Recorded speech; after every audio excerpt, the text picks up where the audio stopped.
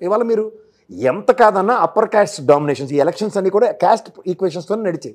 ఈ క్యాస్ట్ ఈక్వేషన్స్లో 1+1 ఎప్పుడు 2 కాదు. కానీ ఒక చౌదరి కాపు సామాజిక వర్గాలు ఎప్పుడైతే కన్సాలిడేట్ అయ్యాయో అది ఏ విశ్లేషకుడికి కూడా ఊహకు అందని.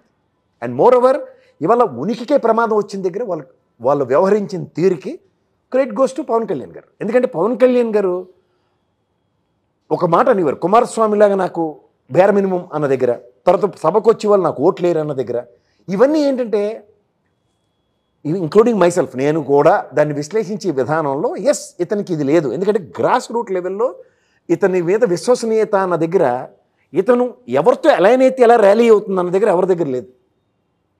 అది ఏమైందంటే ఉనికికి ప్రమాదం వచ్చిన క్యాస్ట్లు రెండు కన్సల్టేట్ అయ్యాయి. వాలంటరీ వ్యవస్థ ఇప్పుడు జగన్మోహన్ రెడ్డి గారు ఒక కార్పొరేట్ స్టైల్ని అడాప్ట్ చేశారు. ఏంది క్షేత్రస్థాయిలో ఏ నాయకుడికైనా పొలిటికల్ అంబిషన్స్ ఎట్లా ఉంటాయంటే వాడి జీవితంలో ప్రధానమంత్రి అయిపోవాలి, లేదా రాష్ట్రపతి అయిపోవాలి, ముఖ్యమంత్రి అయిపోవాలి, మినిస్టర్ అయిపోవాలని పంచాయతీ వార్డు మెంబర్ కాడించి వాడి జీవితం ప్రస్థానం ఉంటుంది.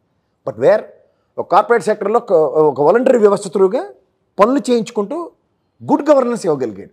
బట్ క్రెడిబిలిటీకి వచ్చేసరికల్లా నాయకుడు చుట్టూ వ్యవహరించే తీరు బదులు కేతిరెడ్డి గారు లాంటి వ్యక్తులు కానీ ఇలాంటి వాళ్ళు మీరు గమనిస్తే మార్గాని భరత్ ఇలాంటి వాళ్ళందరూ కూడా ప్రజల్లో ఉండి కూడా అంటే అందరూ ఆల్మోస్ట్ ఒక 80% ప్రజల్లో నాయకులు ఉండి కూడా నాయకుడికి ఒక విశ్వసనీయతకి మళ్ళీ అగైన్ వాలంటరీ మీద ఆధారపడే పరిస్థితి వచ్చింది. సో దాంతో ఇంకోటి ఏంటంటే 5 సంవత్సరాలు అపోజిషన్లో ఉన్నారు, 5 సంవత్సరాలు రూలింగ్లో ఉన్నారు. కానీ క్యాడర్కి ఒరిగింది ఏంటి అన్నది ఇంకొక పెద్ద ప్రశ్న అయిపోయింది. ఇప్పుడు కొన్ని ప్రస్థానాల్లో ఏమవుతుందంటే ఈ బ్యూరోక్రాట్స్ మీద ఎప్పుడైతే బ్యాంక్ అవుతారో నెత్తి పొలిటికల్ పార్టీలకు వాచిపోతుంది. ఇది ప్రూవెన్ ట్రాక్. ఈసారి ఇక్కడ యాడెడ్ అడ్జెక్టివ్లోకి అడ్వకేట్ జనరల్ మీద కూడా ఆధారపడిన జగన్మోహన్ రెడ్డిని చూసాం. మనం జరుగుతున్న పరిణామాలని విశ్వసించి ఇచ్చేస్తూ ఇవాళ బ్లేమ్ గేమ్ టైప్లో ఈయన్ని ఆడిని తూతూ మేమే అనుకుని కార్యక్షేపం కాదు. కానీ వ్యవస్థల్లో జరుగుతున్న దాని మీద జగన్మోహన్ రెడ్డి గారికి వ్యవస్థ మీద పొట్టలేదు. ఎందుకంటే ఫస్ట్ టైం ఆయన అధికారంలోకి వచ్చారు. ఈ వ్యవస్థ మీద అధికారం వచ్చినప్పుడు పట్టు సంపాదించుకునే కార్యక్రమానికి బదులు ప్రజలతో డైరెక్ట్ ఇంటరాక్షన్కి వెళ్ళిపోయారు. ప్రజలతో డైరెక్ట్ ఇంటరాక్షన్లో ఇతను ఉన్నాడా, ఇతని ప్రతినిధులు ఉన్నారా అనే దానికన్నా ఇతను నియమించిన టీం ఉన్నారు.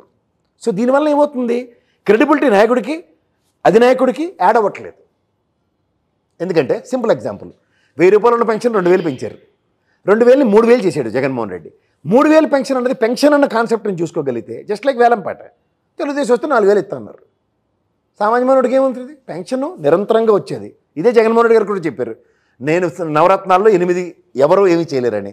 ఆ 8 assurance is been given by the respect government, existing government and రాబోయే గవర్నమెంట్ అన్న దగ్గర ప్రజలు దేనికి ఈల్డ్ అవుతారు. దిల్ మంగే మోర్ పెప్సీ యాడే. జగన్మోహన్ రెడ్డి గారి మేనిఫెస్టోలో కొత్తదనం లేదమ్మా, పాత మేనిఫెస్టోనే ముందుకు తీసుకెళ్లారు. రెండోది మీకు ఇంకోటి చెప్తున్నా, రాష్ట్ర ఆర్థిక పరిస్థితి గురించి మనం ఎవరు చెప్పక్కర్లేదు. అందులో దెయ్యాలు వేదాలు వల్లించినట్టే ఉంటుంది. ఎందుకంటే యనమల రామకృష్ణుడు గారు డైరెక్ట్గా చెప్పారు 100 కోట్లే ఈ రాష్ట్ర ఖజానాలో ఉంచలేను, జగన్మోహన్ రెడ్డి అయితే ఇంకా అప్పులు పుట్టవు ఏం చేయలేడని. మళ్ళీ సంవత్సరం బడ్జెట్ తీసుకొచ్చి సంక్షేమ పథకాలు చేసాడు కదా. ఇదే రేవంత్ రెడ్డి గారు ఇక్కడ మీరు గమనిస్తే ఆర్థిక వ్యవస్థ మీద ఏముంది, ఇటు నుంచి ఇటు మార్చడానికి నాకు కొంత టైం కావాలి ఫస్ట్ 30 రోజుల పరిపాలనలో, సబ్సిక్వెంట్గా దాన్ని కాలు చేయకూడదు తీసుకుని వాళ్ళు ఎంత కాదన్నా ఓ 10 లక్షల మందికి రుణమాఫీ అయితే చేసాడు కదా ఆయన. నేను కంపారిజన్స్ చెప్తున్నాను. ఇప్పుడు రాష్ట్ర ఆర్థిక వ్యవస్థ శూన్యం, ఏమీ లేదు, అప్పులు చేసేసాడు కేసీఆర్ గారు, జగన్మోహన్ రెడ్డి అప్పులు చేసేసి పోయాడు అనగానే రాష్ట్ర వ్యవస్థ ఏం ఆగదు కదా. ఆంధ్రప్రదేశ్లో అగ్రిగేట్ 371 కోట్లు రోజుకి ఆదాయ వనరు ఆంధ్రప్రదేశ్ ఖజానాకు వస్తుంది. ఇప్పుడు నేను చెప్పింది కూడా నా విశ్లేషణలు మీరు గమనిస్తే మునిబాబు విశ్లేషణలో నేను ఎక్కువగా ఎంఫసైజ్ చెప్పాను. నేను మునిబాబు కలిపి చేసిన పని ఏంటంటే సంక్షేమ ఫలాలు ఎంతమందికి అందుతున్నాయి, లబ్ధిదారుల యొక్క ఎలా ఉంటుంది, కృతజ్ఞతాభావం అన్నది నా ఎక్స్పెక్టేషన్స్లో 40% రీచే కనబడింది కదా. బట్ ఓటమికి ఇవాళ పవన్ కళ్యాణ్ గారు లాంటి వ్యక్తి మెలడౌన్ అవడం, 2 సామాజిక వర్గాలను ఏకతాటి మీదకి తీసుకురావడం, అండ్ ఏ దానికైనా తగ్గుతూ అధికారమే పరమావధిగా చేస్తున్న దగ్గర అధికార మార్పు ప్రజలు కోరుకున్నారు. అది గమనించండి మీరు. ఫస్ట్ ఆఫ్ ఆల్ అధికార మార్పు తథ్యం అన్నది ప్రజలు నిశ్చయమైనప్పుడు, ఎందుకు అంటే సంక్షేమ ఫలాలు అందుకున్న వాళ్ళు 40% అనుకుంటే 60% ప్రజలు అప్పర్ క్యాస్ట్ వాళ్ళు కన్సాలిడేట్ అయ్యారు. ఎందుకు, ఉనికికి ప్రాబ్లం. ఈ జగన్మోహన్ రెడ్డి ప్రభుత్వం మళ్ళీ వస్తే మా పరిస్థితి ఏంది అంత క్వశ్చనించుకున్నారు. అప్పుడు ఏమవుతుంది, ఇప్పుడు ఇదే ఎన్ఆర్ఐ వింగ్ అంతా వచ్చి పనిచేస్తున్నప్పుడు ఇంటెలిజెన్స్ 2 రాష్ట్రాలకి సభకు నమస్కారం 2 టర్ములు, గతంలో ఏబీ వెంకటేశ్వర ఇప్పుడు ఉన్న వీరాంజనేయులు, ఏది అబ్బదబ్బ జబ్బ అసలు విషయాలు తప్ప కొసరు విషయాలు చెప్పి ఇంటెలిజెన్స్ ఇచ్చిన రిపోర్ట్కి శాంక్చుటీ లేదన్నప్పుడు ఇంటెలిజెన్స్ దేనికంట.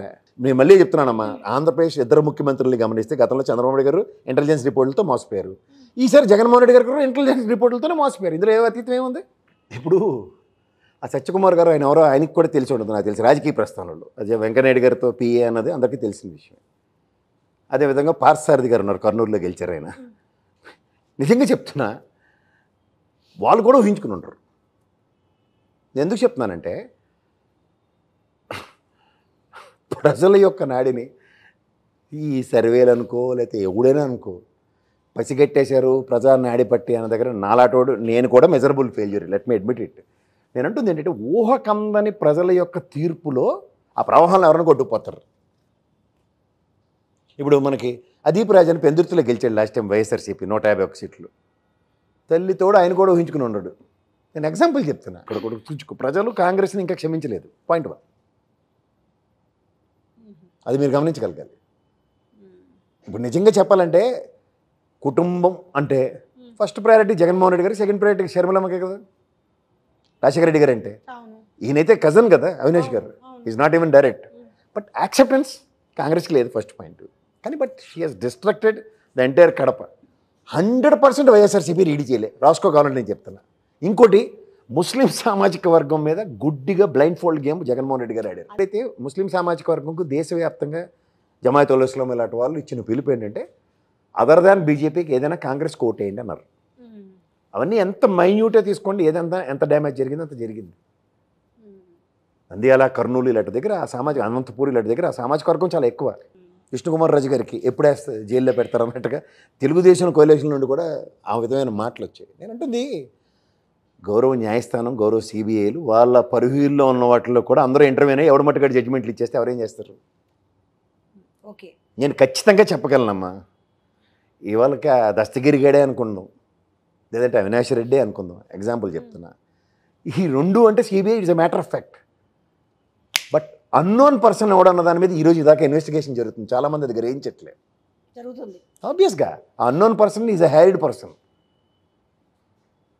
ఎవడు మట్టుగాడు దస్తగిరి గడి యాస్ నేనంటే నేనే అని చెప్పేసినంత మాత్రాన గౌరవ న్యాయస్థానాలు, గౌరవ సిబిఐ ఈ రోజుగా కన్విన్స్ అవుతుంది. ఎందుకు రాదు? దేనికైనా కాలం దేనైనా నిర్ణయిస్తుంది. ఎన్నాళ్ళు ఇప్పుడు ఇన్నోవేటబుల్ సిచ్యువేషన్స్లో ఆ రోజు కర్నూలులో అవినాష్ రెడ్డి గారు అరెస్ట్ తథ్యం అని అందరూ ఇంకేసేసారు దుకాణం అని. ఏది చేత విధిరాతని ధర్మం 4 పాదాల మీద ఉన్న భరతఖండంలో ఇవాళ ఒక పాదం మీద ఉన్నది అందరూ మాట్లాడుతున్న దగ్గర ధర్మ పరిరక్షణ ఏదో విధంగా ఎక్కడో విధంగా జరిగి తిరుగుతుంది.